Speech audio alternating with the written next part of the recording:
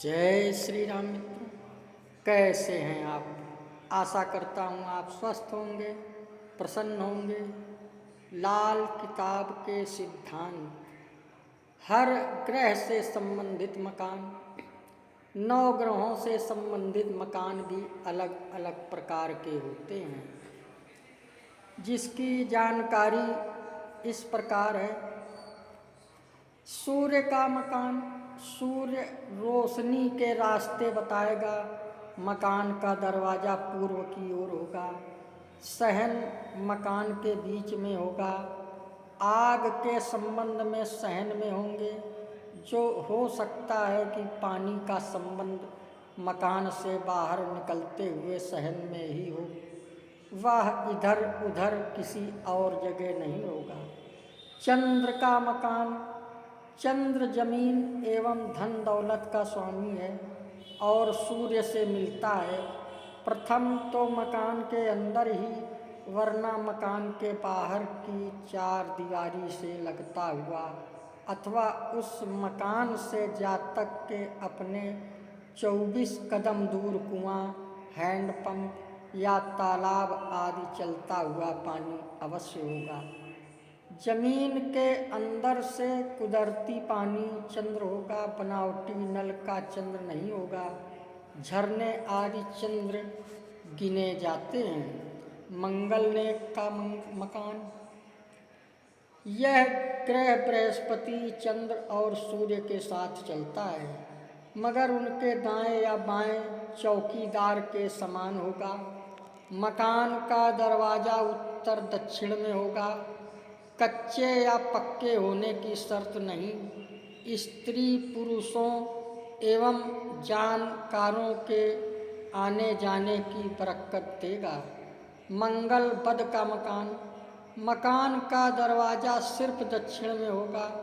मकान के साथ या मकान के ऊपर किसी वृक्ष का साया, आग, हलवाई की दुकान और भट्ठी का स्थापन होगा। मकान में या मकान के साथ कब्रिस्तान अथवा शमशान होगा। लावल्दों का साथ होगा। हो सकता है कि वह खुद ही काना एवं निसंतान हो, मगर किस्मत अच्छी नहीं होगी तो उसे उनसे रहने का मौका भी नहीं मिलेगा। बुध का मकान, मकान के चारों तरफ खाली या खुला दायरा होगा। वह अकेला ही होगा। चौड़े पत्तों के वृक्षों का लाभ होगा, साथ होगा। बृहस्पति या चंद्र के वृक्ष का साथ नहीं होगा।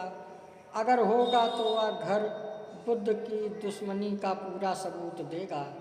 पीपल एवं बरगद का वृक्ष बृहस्पति, सहतूत, चंद्र तथा लसोड़ा बुध होता है। बृहस्पति का मकान, बृहस्पति हवा के रास्तों से संबंधित है। मकान का सहन किसी एक कोने में होगा, चाहे शुरू में या आखिर में, अथवा दाएं या बाएं, मगर बीच में नहीं होगा। मकान का दरवाज़ा उत्तर दक्षिण में नहीं होगा। हो सकता है कि पीपल का वृक्ष या कोई धर्म स्थान, मंदिर, गुरुद्वारा आदि मकान में या मकान से बिल्कुल सटा हुआ हो।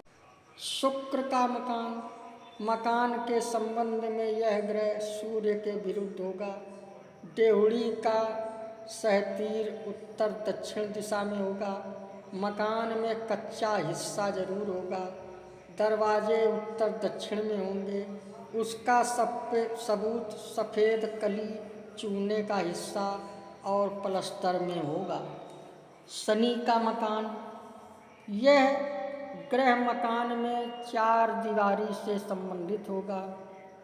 यह सूर्य के विपरीत चलता है। मकान का बड़ा दरवाज़ा पश्चिम की ओर होगा।